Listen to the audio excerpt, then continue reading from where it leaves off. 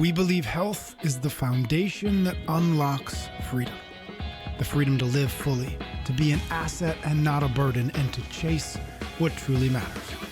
Through daily practices and proven frameworks, we are here to help you build deep health, find lasting peace, and live with your heart on fire. Welcome to the chase.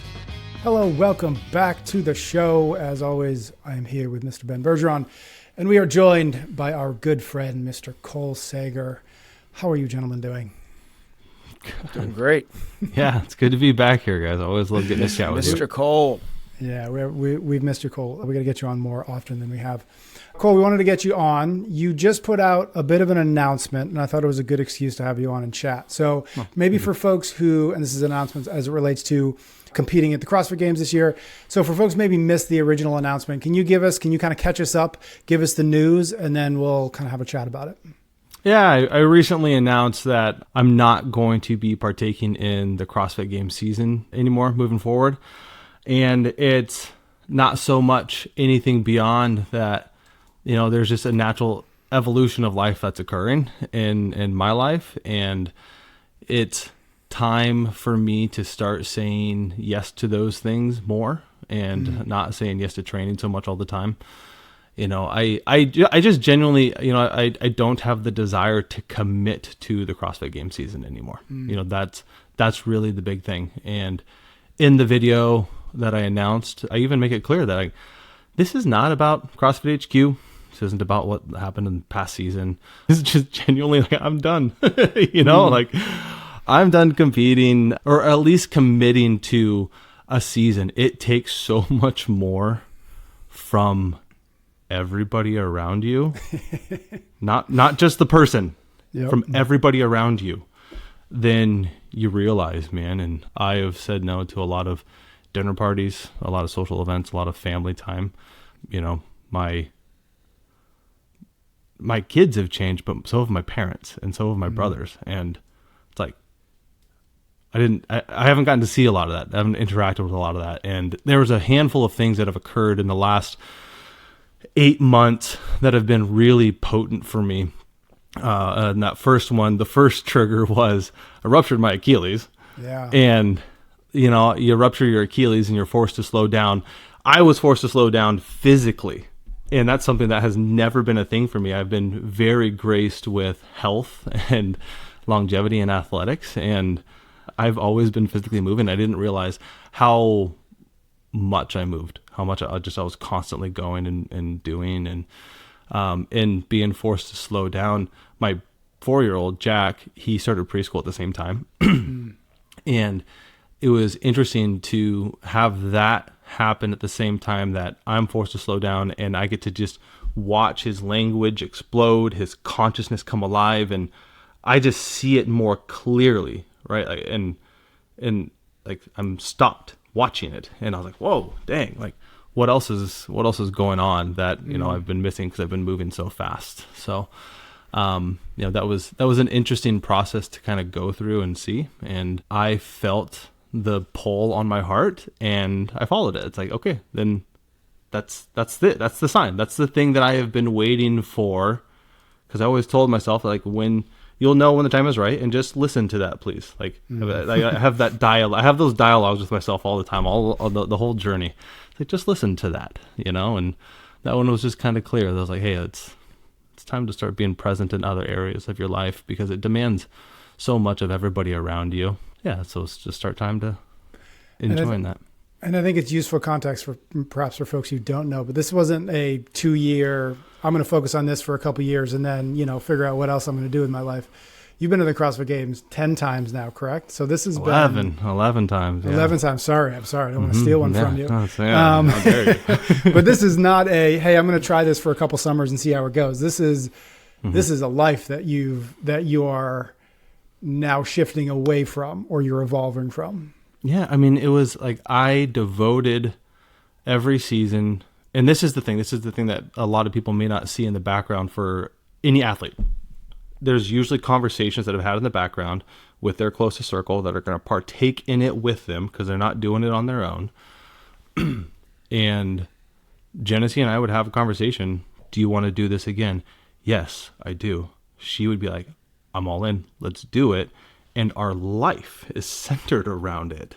Yeah. And, it's like, it's just time for that to change, because it demands, if you want to be at the pinnacle of a sport, it demands so much from you, and your whole life has to be built around it.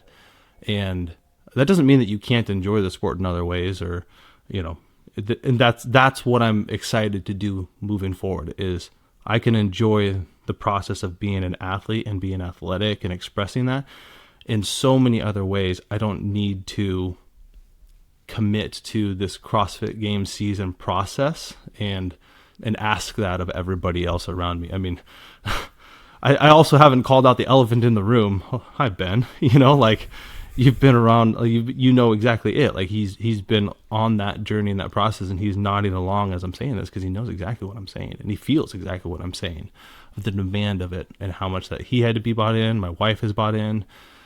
Cole, can you give like some specifics to that? Because I think it's hard for people to kind of conceptualize when you say that it requires not only you, but your spouse and coach and everybody else, and you're doing this, making this move to be able to say yes to more, and you see it more clearly now than ever before.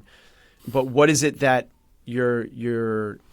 what is the transition look like? What did the last few years look like, and what does it look like now? Well, I mean, like, first and foremost, the one that's the biggest writing on the wall is like the kids, right? From a family perspective, when Genesee and I talk, like, do we want to do another season? Do we want to go after another season? And this year it was a quick, like, and I was like, okay, whoa, then there's our answer. Like, that's just and we both had that feeling when it wasn't that way in the past. Like, it was more so like, she would look at me and she'd be like, well, I mean, do you want to? And she was kind of like, I'm intrigued, I'm willing. Do you want to? And the reason why it demands that kind of interaction between like spouses is, or at least for Genesee and I, is we partook in everything so much. I mean, to the point where, like, she used to be in the garage taking splits and would send those to you. Like, she was playing assistant coach in so many ways for so long. But the other side of it, when it comes to the family, if I'm trying to optimize training and my physical performance, that means that I have to build my life around my training day. And so I can't keep saying, hey, dad needs to be home at 7 p.m. because he needs to be in bed by 8 p.m. And we can't go on a whim, have a slice of pizza with the kids because I need to make sure that my macros are dialed in.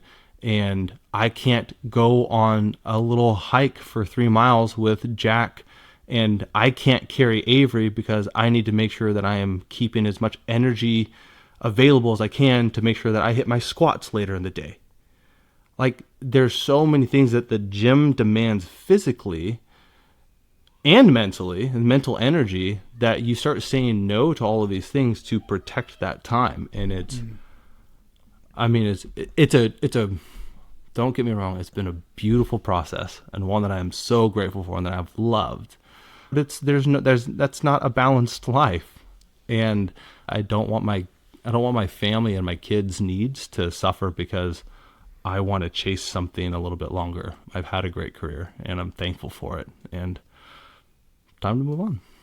What you said there is, it's what people don't quite recognize until you kind of like put it on the table, how imbalanced the life is of a professional athlete.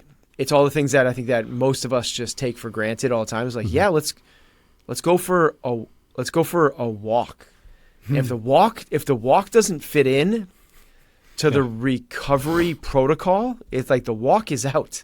Exactly. Like, let's go out to dinner. It's like, I can't do that. I don't do, and it's not the one walk and the one dinner. It's 11 years of it. Yeah. And you're saying no to, it's like you're just, in terms of the things that we think about, in terms of your training, your eating, your sleeping, the way you have to kind of like fire on all cylinders mentally, the way you have to be dialed into your connecting with your body and yourself. It is 24/7, never off thing, including the off season, because the off season is intentional.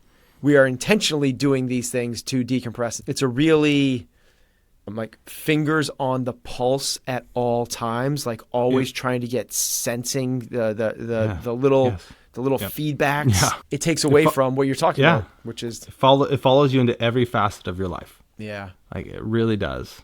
Which, I mean, I'm like, Ben, you know more than anybody, like, I've loved that. I am, and I think the thing that I've loved so much about it is it teaches you so much and you can learn so much. I am a very curious human being. I'm explorative. And so it's been a very engaging process. But now I'm excited to step into other roles and give that kind of energy into other roles. All of the things that I've learned from training and competing was never the thing for me. That wasn't like I'm going to compete and be a professional athlete and I've made it. It was like, I want to do that because I'm a curious human being, and it demands so much of you that it's going to develop so much in me. It's been a means to an end in growing.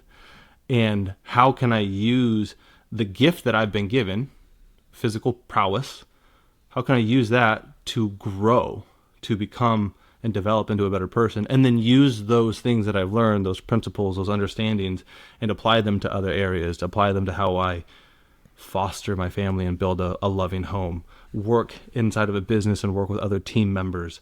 And the one all along the way, and that's why Marriage Monday was a thing for me, is how does that, how can I learn from being an athlete and engage with my spouse in better ways? It's been a learning process for me. I'm curious. Yeah, competition is one of the greatest forgers of character. That's what you can kind of choose I think it's what we all should be striving for, right? Is just become better and better people, like better, higher, more capable and higher character humans. And if you approach it with the level of awareness that Cole has, that's a really powerful platform, because you can go through competition without that awareness and it doesn't do that thing for you.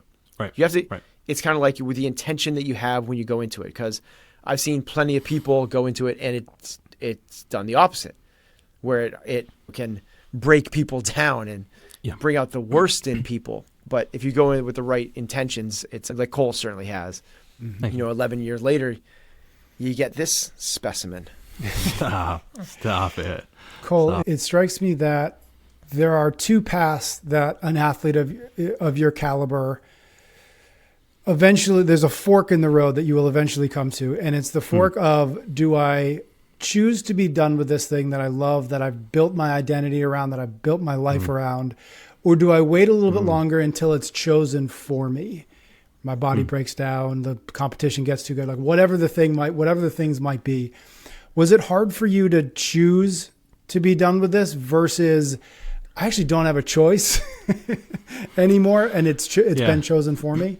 So I'll share this only because we've had some deep philosophical and theological conversations, and I usually have talked about my faith in some fashion on this podcast, but there's actually a prayer that I've had throughout my career that I've gone through very regularly, and that is just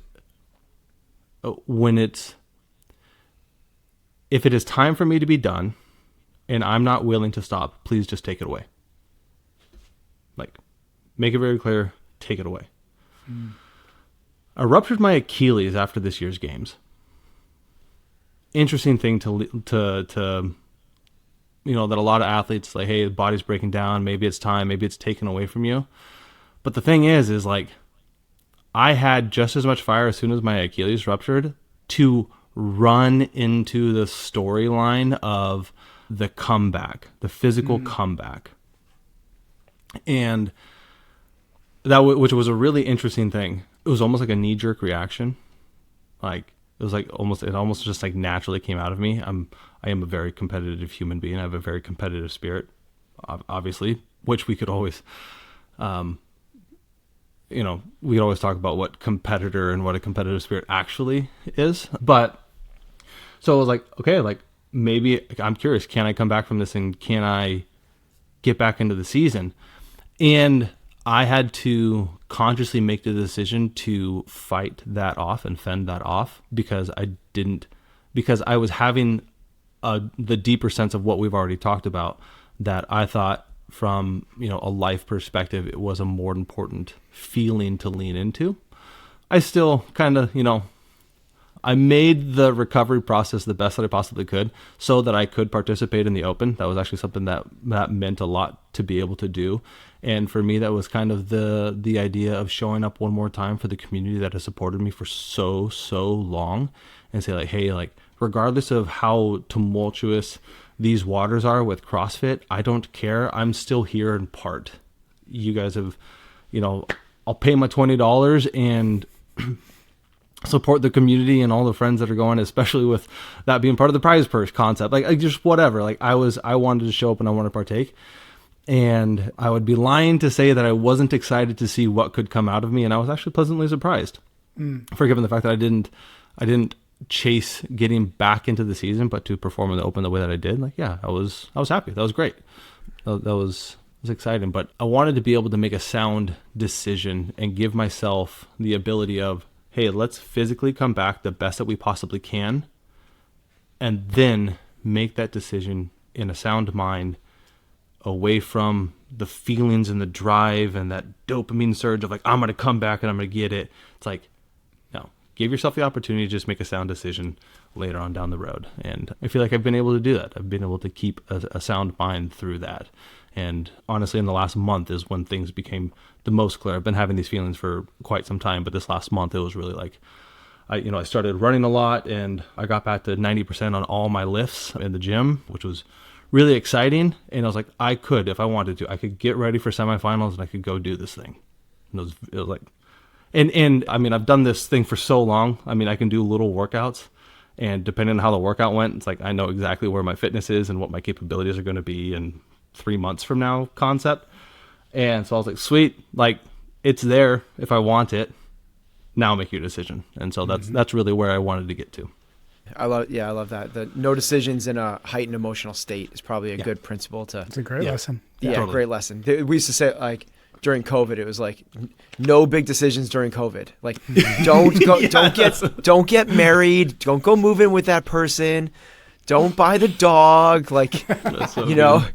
That's so good. Yet at the same time, like we knocked down our kitchen wall, like 8 days in. 8 days in, we were like, let's bust through the wall. Like, But your kitchen looks amazing now. Yeah, the kitchen looks great. Yeah. Yeah, that was a good decision. Let's pause to say thanks to a few sponsors, and we'll be right back to the conversation. We're brought to you by Our Place, creators of beautifully designed, healthy kitchen essentials that transform your cooking space into a showcase of form and function. Head to FromOurPlace.com. Use the code EXCELLENCE for 10% off your entire order. I used to be one of those folks who wanted to hide all of their appliances inside the cabinets or the pantry because they were all eyesores, but that changed when I got the Wonder Oven from Our Place. Unlike traditional bulky air fryers that you want to hide away, this stunning piece actually elevates my kitchen's aesthetic. It's literally a piece of functional art on the counter. It's not just an air fryer, it's also a toaster oven, which means I've replaced 2 cluttered appliances with one beautiful solution that I love displaying. The sleek design and gorgeous color options make it a conversation starter in the kitchen, and I find myself using it every single day because it's right there, looking beautiful and ready to go. Transform your kitchen with Our Place by visiting FromOurPlace.com. Use the code EXCELLENCE at checkout to save 10% on your order and get a 100-day trial as well as free shipping and returns. We're brought to you by Mudwater, the revolutionary coffee alternative that's changing how people start their day with a blend of organic mushrooms, cacao, and chai. Head to mudwater.com and use the code EXCELLENCE for up to 43% off your order, plus free shipping and a rechargeable frother. Consider switching your morning coffee to Mudwater and see the difference that it makes. No more afternoon crashes or jitters, just smooth, sustained energy that will keep you focused throughout the day. You'll love the perfectly balanced cacao and chai for the cozy flavor while adding powerful ingredients like lion's mane for focus and cordyceps for natural energy. Every single ingredient is 100% USDA certified organic and non-GMO, so you know you're getting the cleanest energy possible. Making it is super simple. All you've got to do is add some hot water, give it a quick mix, and you can even customize it with your favorite creamer or honey. Visit mudwater.com, MUDWTR.com. Use that code excellence to get 43% off your order, plus free shipping and that rechargeable frother. Okay, now let's get back to the show. I would love to hear I kind of know the answer, but I think it would be really interesting for people to hear. What is the difference of a typical training day look like then? What does it look like now? So what is what is the difference? Because I think that's where it starts, right? There's all this other stuff too, right, Mike? The freedom that you have now for eating and there's the more time and sleep can have but what's the difference in terms of, we always kind of start with training here. What does that look like? Yeah, that's actually, I was going to lean into this. This is one of the things that I'm most excited about in this next phase of life is the curiosity of what kind of fitness can I gain in unideal training times. Because that was the day, is you find the most ideal training times and you train at those times. I'm a bit of a nerd when it comes to just like exercise and science and understanding the body. And so I would follow natural ebbs and flow of the circadian rhythm. The hours or time of day when you have a peak in testosterone, like, hey, let's go lift at those times, tends to be 3 hours after waking. Later on in the afternoon, you tend to be a little bit sharper. So do a lot of your practicing, your neurological development later in those times. Like there's just so many things, like you optimize the day around how can I get the most out of your training. And that, everything else, again, built around that. So that was kind of the center of the day.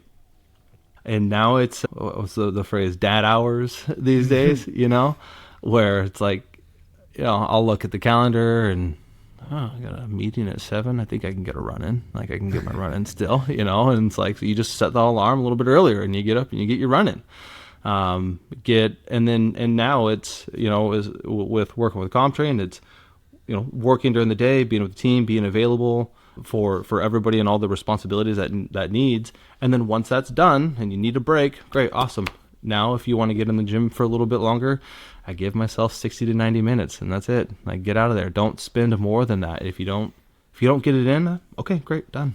But that wasn't the option back when training was a priority. It was, it's taken me 90 minutes to get through 2 pieces and I got 2 more left. You would just sit and refuel and rest and wait until you were ready to do the next piece, and then you would get them done. If they're not done in that period of time, they're just not done, and we'll see you. And, the more I've trained and the longer I've done this, I understand training more and more. So I also understand very easily, I can assess like what order I should do things in to get the best outcome and whatnot. And I can maximize my time a little bit better. But that's really the big difference, is just it gets the bookend of the day, it's not the chapters of the day, whatever the saying would be there. Whatever the book analogy is. And it was specifically, like generally it was used to do like we could go back and forth between like a big session or like 2 double sessions per day. Yeah. But would you say generally it's kind of like about 3 or 4 hours of actual training in the gym each day, but before? Well, for a single session, it was 3 hours. And the reason why I know this is because I used to set a 3-hour clock when I would only do a single session, particularly in the last 4 years when Jack and Avery were in the NICU. We would come home from the NICU, and I was still competing, and I competed through those seasons. And so we'd be at the hospital in the first 4 hours of the day. We'd come home and we'd give ourselves 5 hours, an hour before my training session, 3 hours to train, an hour after, and then go back to the NICU. And so it's like, that's the time I had. And so I could tell you exactly what I can get done in that amount of time now, just how many times that's happened. And then for double sessions, you could be in the gym for 5 hours, when, a 2-hour session and a 3-hour session, and it really depends on what the demands of the days were. But obviously you're not working out for 5 hours straight. That's not the concept, but you're in there training for 5 hours. You're engaged for that long. And so, yeah, I mean, those were big days. And those demanded a lot, and it's a lot to be engaged for that long every single day. And then now you said it's like more like the 60 to 90 minute, and maybe there's another run involved somewhere else, or generally about an hour and a half in the gym. I try to cap myself at 2 hours of training on any day. And so if it's like, I'll do an hour run and then maybe get, 60 minutes in the gym. And that usually just looks like I can get a lift in, a quick little either conditioning piece or muscular endurance bodybuilding piece, and then, maybe some stability work or something like that. Like it's kind of like in the same movement pattern. So you're not having to warm up anything else. Right. It's just, you can just flow from one thing into the next thing. And that really optimizes my time really, really well. And again, it's because if I do any more than that with the work that we're doing with CompTrain, and that if I do more than that, then it goes directly against the things that I was just telling you guys earlier that I need to be saying more to the family, So, and Jack loves the gym. So to go in the afternoon back into the gym for an hour, he loves it. He rides his bike and he lifts with us and he plays with us, and so it's kind of a play time for him. He's with us, and that's the other thing is I don't go and leave the gym anymore on sessions that I need to focus. We all train and do this together, and we try to respect each other's boundaries in space. So if Jenny wants to lift something, like I'm kind of like keeping Jack away from her, and vice versa. Or Jack wants some attention, we take longer between sets than we normally would or want to, because he needs a little attention. And it's just been really, really fun. And like I told you guys, in doing this since rupturing my Achilles 8 months ago, I've been able to get to 90% of my numbers from when I was the most competitive and strongest that I've been. And so like it's there. Like I'm still hitting the minimum necessary requirements to gain good fitness. It doesn't. And that's actually, I think we may probably talk about this on a past podcast, but I think that a lot of athletes overtrain. They train way too much. They do more than is necessary, and it actually creates some degradation in the results that they otherwise could have gotten. I heard on a Peter Attia podcast recently where they use this really good analogy of if you had a world-class chef and you gave that chef an hour to prepare a meal for you, he could probably make a really damn good meal, right? That's a really, really good meal. If you gave him 3 hours, he could probably make even better meal, but it's not going to be 3 times better, right? No. If you give him from 3 to 7 hours, you might not even be able to tell the difference. And that's a little bit about what we're talking about. It's like just the diminishing returns. Like just because you're doing a whole bunch more doesn't mean you're getting a whole bunch more. The other thing I think that's really kind of like seeing your evolution is just the difference in terms of there's we're moving from 3 to 5 hours of training in the gym to 1 to 2. But the other aspect of it that just so I think understated is that previously in the previous world, because people go like, okay, but that's what we're talking about is maybe 2 hours a day. Couldn't you couldn't you go back to that? And people go well, in the eating, I get it. It takes more discipline. When you leave the gym, you're not done. That's the biggest difference. No. When you leave the gym as a professional athlete, you then from the moment you walk out, you start second one and minute one of recovery protocol. And if you're not dialed in for honestly, until your next training session, you're cooked. You can't come back. So everything has to be so massively intentional in terms of so we were talking before is you have to really think about I don't know if I'm good to go take that 25-minute walk. I don't 100%. So it's not just this difference of I'm going to measure my food or not, and I'm going to move from 4 hours to 2 hours. Really, the thing is okay, outside of the gym, I don't need to be in Normatex anymore. I don't need to be every waking moment with a lacrosse ball on my hip. I don't constantly need to be kind of like working on getting myself primed and ready and trying as much as possible to avoid bringing on other weight from other people. You now have the capacity to do that. You're way more, because you don't need to be as prepared. I don't want to use that in a bad way. You can be more present. It's just, there's so much more than just the hours in the gym. That's exactly what I was saying in the beginning of our conversation is competing as a professional athlete and trying to be the pinnacle of the sport demands so much more of the people around you than anybody gives credit to. And it's exactly what I'm saying is, like, I'm sorry, Mom, I can't take your conversation. I can't afford to give you the mental energy and hear what's going on in the family. I just can't. And now it's like, Mom, what's going on in your life? It's like, and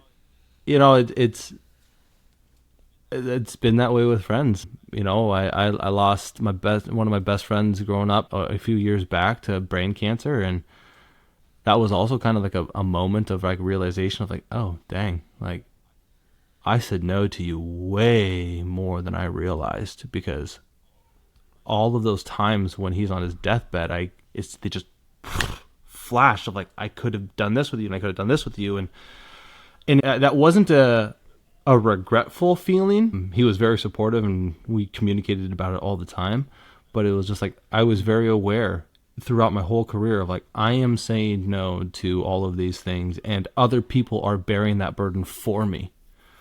And I'm very grateful for that, honestly. I've had a lot of people do that for me. And I think that needs to be called out more, and those people need to be thanked more.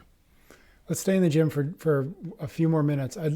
We've talked, Ben and I have talked previously, not too long ago, about the psychological shift that needs to happen for an athlete, and from games athlete to just somebody who just like their sport is a big part of their life and it's a big part of their identity. And maybe now training needs to take a step back for whatever reason. There is the challenge of the psychological shift in the gym between what I used to do and what I used to think about what I did in the gym and what makes sense for me now with my goals today.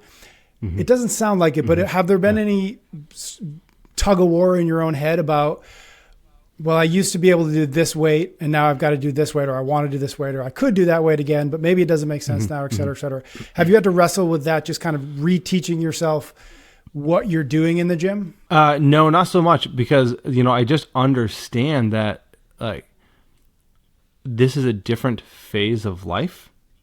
Let it be that, and be curious enough to find out what this next phase of life, this next season of life will allow and give you. What I'm able to develop in 1 to 2 hours of training a day could very well look different than what I was able to do with 3 to 5, and optimized recovery and carrying my scale to every dinner meal and over to my in-laws' house. If we like those things, like I'm not going to do that anymore. I'm not going to tell Jack, no, I can't go to the park right now. Can't walk down to the park because Dad needs his 30 grams of protein and to just sit for a couple minutes and recover. Like that, it's a different season of life. And now I'm curious, what does that life allow? And, I'm not trying to get 8 to 9 hours of sleep. Can I get 6.5 to 8? And, my alarm is an hour earlier than it used to be. And this season of life is different. And we all go through different seasons of life. Acknowledge those, step into those, realize that you're in a different season and be okay with that. And then ask yourself, what can I get out of life now in this season? I think that's the biggest thing for me that I'm really focused on. And I'm okay with that. Like I had the great athletic experience. It was wonderful. And I'm thankful for any past season I've had, and I'm excited for the next one. What is the next one? I know you're not done using your athleticism, your fitness. What else is on the horizon? Yeah, I'm really excited to, I think display, I think it's the best way that I can put it, display what fitness looks like over the long term. Like what sort of things, and the most like the most well-rounded fitness that I could possibly get. And this is kind of hard to admit. I've only ever said this out loud to Genesee, I think. But the last several years of being a CrossFit Games athlete, I've kind of felt like an imposter. And it's like I was really, really well versed in competing in CrossFit. But there are some avenues of fitness and expression of athleticism that I knew that it's like I'm actually not very good at. And I have huge gaps or deficits, especially considering like any other cohort that would call themselves fitter than me or something of that nature. And I want to fill those gaps. And I'm excited to fill those gaps. And then, you know, Ben and I have talked about this ad nauseum throughout my career, just about being a powerful and explosive athlete. And, you know, I want to get some of that spring and power back that I used to feel when I was a football player that I've lost since competing in CrossFit. Yes, I got a lot better at doing squat snatches, but I lost my ability to jump. My vertical is like 4 inches, something like that, lower than it was. And 4 inches pre-Achilles rupture. Now, obviously, I'm still kind of on the comeback of getting some explosive power and stuff. But like seeing that throughout my career, knowing that I could not be remotely competitive with any hybrid athlete in a marathon that is out there, just like that just never really felt great. And I want to close some of those gaps, you know, like, yeah, I have great mobility and range of motion and things like that. That's actually really fun to get around other hybrid athletes, with other athletes and hybrid athletes. I'll get down in a squat or do something. They're like, how do you do that? You know, it's like, it's 11, 12 years of going through that range of motion. I mean, so it's just doing that. In June, I have a marathon that Genesee and I both signed up for that we're currently prepping for. And really excited what else I can start doing with the body and what other physical challenges that I can take on. You know, I kind of have this sick desire to take on just some gnarly things, you know, how many pull-ups can I do in a day, or, you know, maybe an ultra here and there, just some fun, just gnarly things. You know, I don't think that people understand how much of how hard the CrossFit Games weekend is. And I don't want to lose that sharpness of mind to be able to engage with something extremely challenging. So yeah, but the biggest thing is really what does a display of well-rounded fitness look like, and can I run, you know, within a tenth of my fastest 40? Can I just ask those kind of questions and then train for it and see what can come out of the body? Let's pause to say thanks to a few sponsors, and we'll be right back to the conversation. We're brought to you by Helix Sleep, the company that's revolutionizing how we think about sleep quality through personalized mattress technology. Head to helixsleep.com/excellence right now to get an incredible 27% off site-wide during their biggest sale of the year. You know, a few years ago on the show, we talked about one of the most important mindset shifts when it comes to health, which is viewing your sleep setup not as an expense, but as an investment into your well-being and your sanity. Think about it. We spend a third of our lives sleeping, yet so many of us hesitate to invest in better sleep. Better sleep means better energy, clearer thinking, and more presence throughout the day. What makes Helix different is their personalized approach.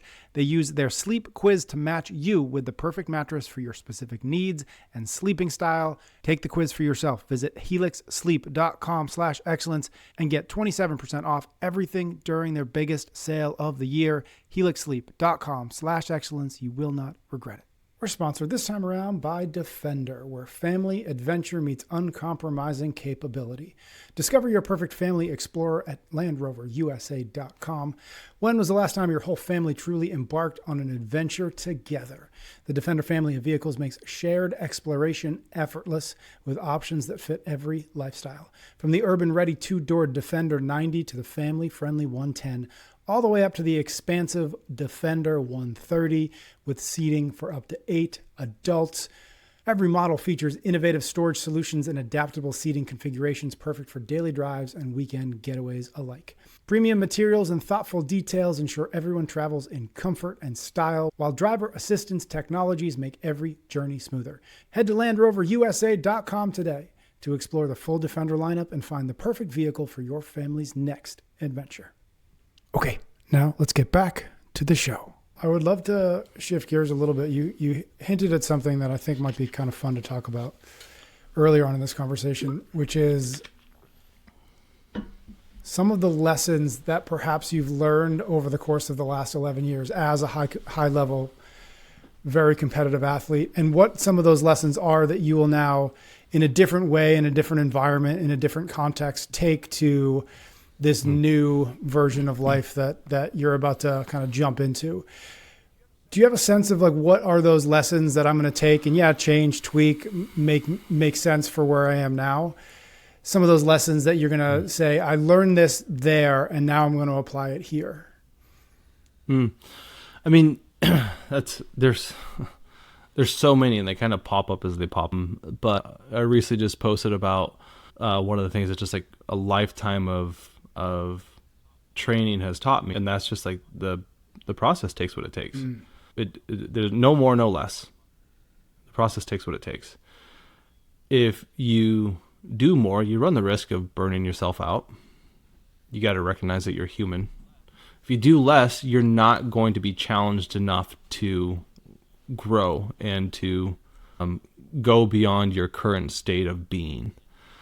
And so, example, and Ben and I have talked about this with CompTrain, is, hey, like, I will take on as much as I can every day, but then I also have to recognize that, like, I can only take on what a day will allow, and I may be inefficient at some things, and I may not be, I may need to get better at some things, and I need to go through that process. I need to explore that process and get more efficient, and your threshold will change. Your threshold will push forward in what you can handle and how well you can handle conversations and,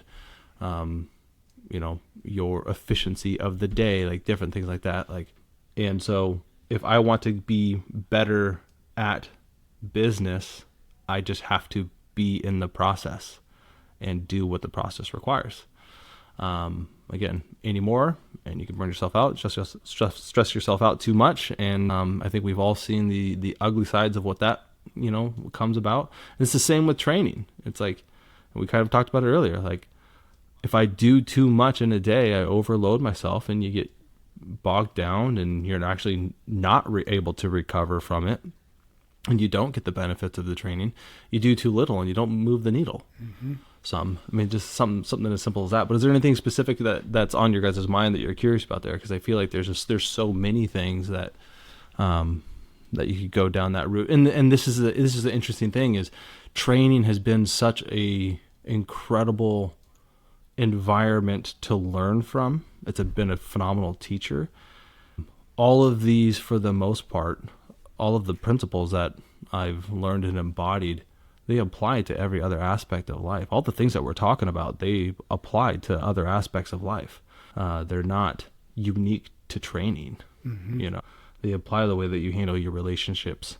They apply to the way that you do business and engage with people in business and raise your kids.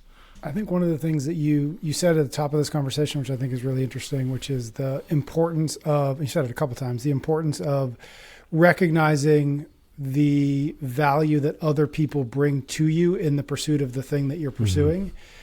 And I wonder 100%. what you are thinking about being able to do now that perhaps you're not the center of gravity for all of the people in your life. Right now you can be in it, because I know, we know you, everybody who's met you knows you, that you're very service oriented. You're very other oriented. And I'd be really curious what you started to think about. Like, now I've got all this mental bandwidth, this energy, this time. How can I pour into other people in the way that they've poured into me over these last 10 to 12 years? I think the biggest one that stood out for me there, that's been really good for my soul, is just ability to take a little bit more time to listen to more people. I think it's a gift that you can give somebody, to just to sit and to to let them be heard.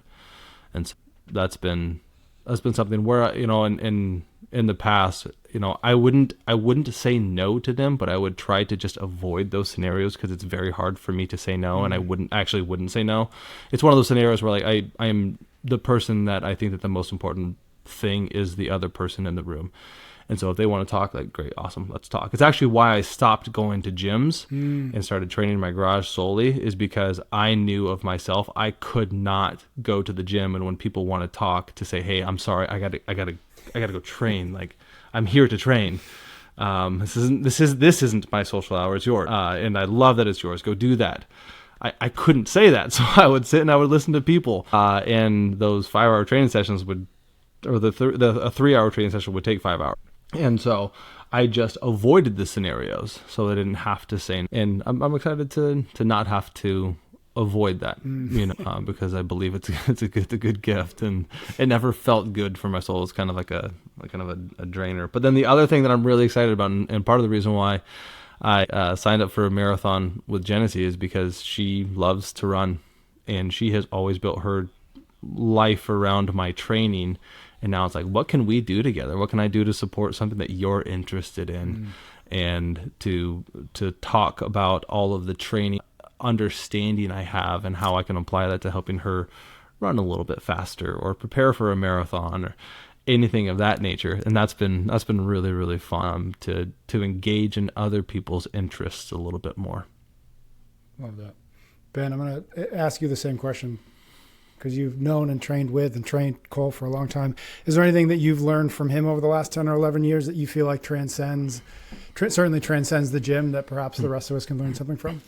It's our old saying, but you know, I said it earlier. I think one of the most valuable things that we can pursue and chase is being high character and highly capable. And Cole just represents that as best as anybody I've ever met. We've said, but, you know, many times in our meetings, like, Cole is the avatar for a CompTrain athlete.